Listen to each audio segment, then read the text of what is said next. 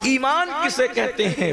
اگر دو جملوں میں بیان کیا جائے تو میں اتنا کہہ سکتا ہوں، اللہ کے رسول صلی اللہ علیہ وآلہ وسلم اللہ کی طرف سے جو کچھ لے کر کے آئے اس کو دل سے ماننا اور زبان سے اس کا اعلان کرنا، اس کا نام ایمان ہے۔ دل سے ماننا اور زبان سے اعلان کرنا، اقرار کرنا، اس کا نام ایمان ہے۔ حضور جو کچھ لے کر کے آئے، اپنی عقل کا گھوڑا نہیں دوڑانا، حضور جو کچھ لے کر آئے ہمیں ماننا ہے۔ اور یاد رکھنا ایمان کی طاقت کیا ہے، ایمان کی قوت کیا ہے۔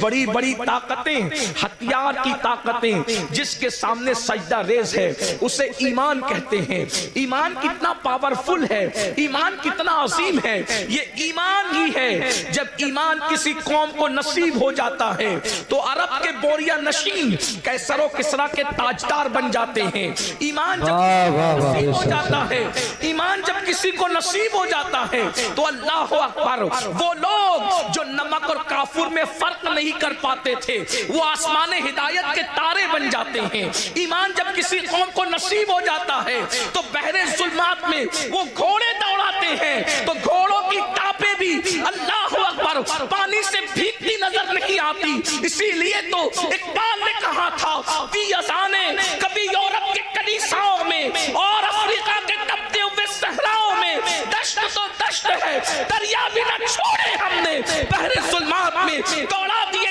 گھوڑے ہم نے۔ ایمان کیا ہے؟ اللہ اکبر، ایمان اتنی عظیم طاقت ہے کہ فرشتے بھی ایمان والوں کو رشک کی نگاہ سے دیکھتے ہیں۔ ایمان اتنی عظیم قوت ہے کہ اللہ اکبر، دیوان گانے عشق محمد کو دیکھ کر گھبرا گئی ہے گردش دورہ، کبھی کبھی گردن میں ہاتھ ڈالے ہیں ماہ و نجوم نے، گزرا ان حدوں سے مسلمان کبھی کبھی ایمان کامل نصیب ہو جاتا ہے تو فرشتے باز نیچے رہ جاتے ہیں، مومن کامل کا مرتبہ اس سے بلند ہو جاتا ہے۔ اللہ اکبر، ارے یہ ایمان ہی ہے۔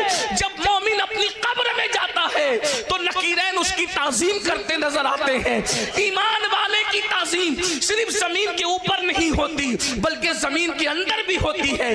نکیرین جس کی تعظیم کرے اس کو مومن کامل کہتے ہیں، میرے امام کہتے ہیں، نکیرین کرتے ہیں تعظیم میری، نکیرین کرتے ہیں تعظیم میری، فدا ہو کے تجھ پہ یہ عزت ملی ہے۔ یاد رکھنا ایمان وہ قوت ہے، ایمان والوں سے کبھی کوئی جیت نہیں سکا، ایمان والے کبھی ہارے نہیں۔ قرآن کہتا ہے وَأَنْتُمُ الْعَالَوْنَ إِن كُنْتُم مُؤْمِنِينَ، تمہیں سر بلند ہو، تمہیں